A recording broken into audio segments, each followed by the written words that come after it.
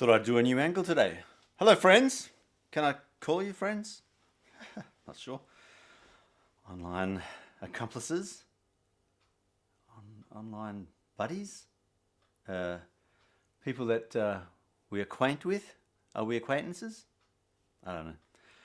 Look, a quick update. I have created a one, two, three, four, five new channels on YouTube. This is an experiment. I want to see if one of them is going to take off and be more popular than the other. So maybe you could help me out if you jump on over. Links in description. So the channels that I've got the just Andrew Harris, this channel, where I'll be doing more whatever I'm doing now. I'll keep it going. Then there is the motorcycle guy. So the idea behind this is that I've got this concept of the guy group, and one of my buddies, so-called buddies, has stolen one of my guy themes, which is the manual guy. He will pay. Let me tell you, he will pay. So yeah, the motorcycle guy, the audio guy, the video guy, the music guy, and the photography guy. I can actually take one or two kind of decent photos on occasion. So I'll share with YouTube how I do photos, which could be a little bit hit and miss, to be honest, but I enjoy it. Let's put it that way. I really like it. And the key is to basically get into manual mode as soon as you can. Get off auto, make mistakes, and the beauty of the photography industry now is that with the advent of digital cameras, that learning curve has been decimated. We used to have to wait to get film developed, get it back, and then try and remember what I did for each photograph. And you might get 36 photos back, and there could be one or two really good ones. And if you didn't write down exactly what you did to get those one or two excellent shots out of 36, 2 weeks later, you just basically have forgotten what the camera was set at to be able to get the photo that you like. So digital, I mean, sure, we had 1 hour turnaround for developing film towards the end when, we used to have developing labs. But yeah, those days are gone. So now if you don't write down what you've done with a film camera, then you won't have a clue what's happening. Whereas digital cameras, you make a change to a setting, and then you take the photo and you look at it and you observe straight away. I just changed that dial from ISO 2500 to ISO 256,000 or something like that. And you can see the result instantaneously, and I can tweak that and I'll change that and make it the way I want. So get off auto mode as soon as you can, get onto manual mode, and you'll make lots of mistakes, and then you'll just get a better and better understanding of how the camera works, and especially shutter, the shutter speed, the aperture setting, the ISO setting. Those three are the main ones. I would even go as far as to say get onto manual focus as well. So you get the whole experience of cameras from way back when. Because way back when, they didn't have automatic focus or they didn't have auto exposure. It was all manual. You had to understand the film type, understand the camera, the lens, the settings to get the exposure correct. Even white balance. I would go do manual white balance on all of your photos and your video. Get yourself a white card and a grey card. Understand the difference between the white card and the grey card, and why the grey card is actually the better choice for setting white balance. If you understand all those things, you'll just automatically become a better photographer. That here endeth the lesson. So that's what I'll be talking about in the photo guy. The music guy, woo! Music, far out. I mean, have a look. All of that stuff, can you see it all? I want to use that. That is just so much fun. You can make so much great music with musical instruments. Obviously, that's what they're made for. Yeah, okay, so kind of makes sense. But yeah, music.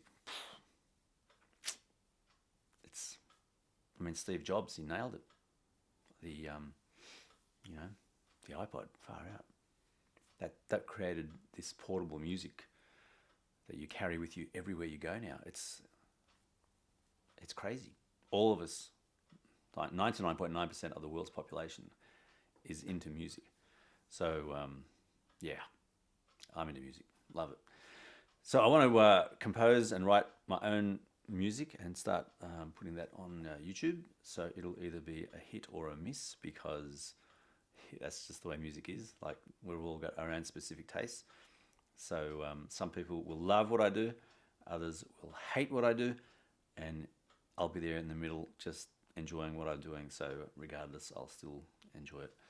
The video guy. So I've had to learn how to do all this over the years, and so there's probably a little bit of knowledge that I could share there with you as well. But there's mainly the only advice that really I can give is to have a checklist of the things that you need to remember to do to set the video camera up and have everything just right, the way that you want it to work. And if you follow a checklist every single time you make a video, you'll automatically update the checklist when things aren't working the way you want. And over time, it'll become kind of second nature and like a habit. And you'll throw the checklist away, and you'll just start making videos the way you want, because that's how you roll. So start with a checklist and hit all the things in terms of white balance, focus, audio levels, which takes me to the next point, the audio guy. So as kind of combined with the video guy, the audio side of things is important. But like, people say audio is the most important thing. It can't be. The reason we're on YouTube is because you want to watch someone. Yes, you want to hear them, but you're primarily there for a visual reason, not an auditory reason. I mean, there's silent movies. There was no audio. So audio is important nowadays, but it's not the only reason for making videos to put on social media. But anyway, it is important, because nowadays, obviously, there's a message that we want to convey. People are lazy. People don't understand cinematography. They don't understand the visual storytelling. So they want to hear. And that's why audio is important. So there's a whole lot of really cool tech out there now. It used to be that you'd have to be very careful with setting gain and levels and things like that, which still is important. But with 32-bit float, most of that is now irrelevant.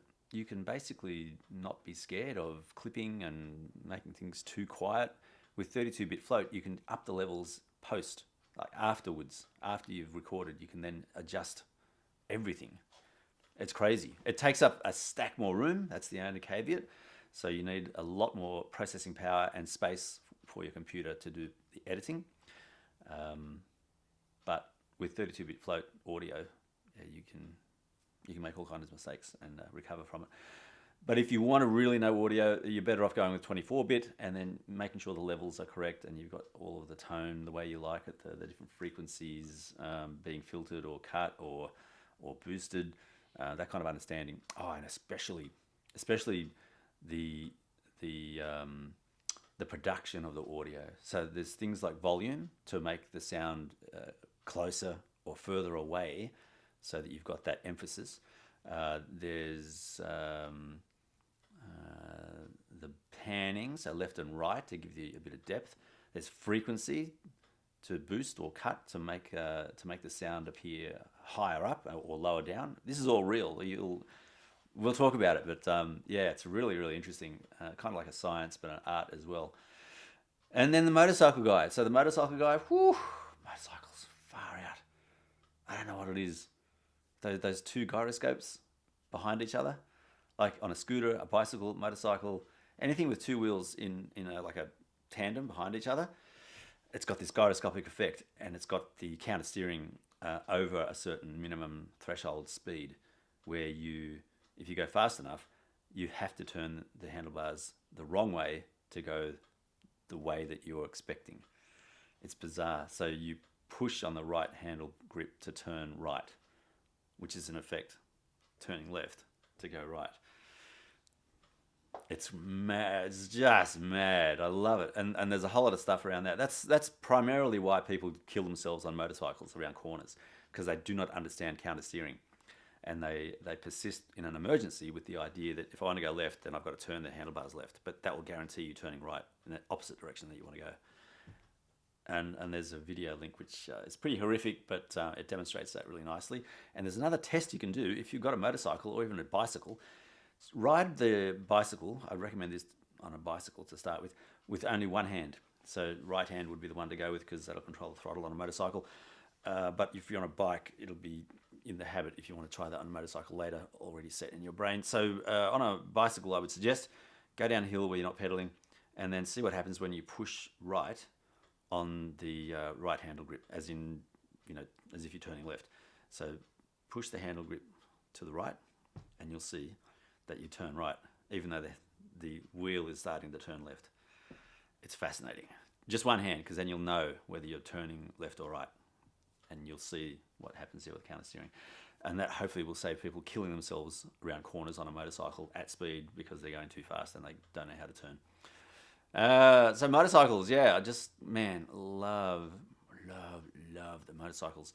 Yeah, so they're the channels. I'll put the links into those, and we'll see which one takes YouTube's algorithms fancy. Thanks for watching. Oh my god, I dropped something.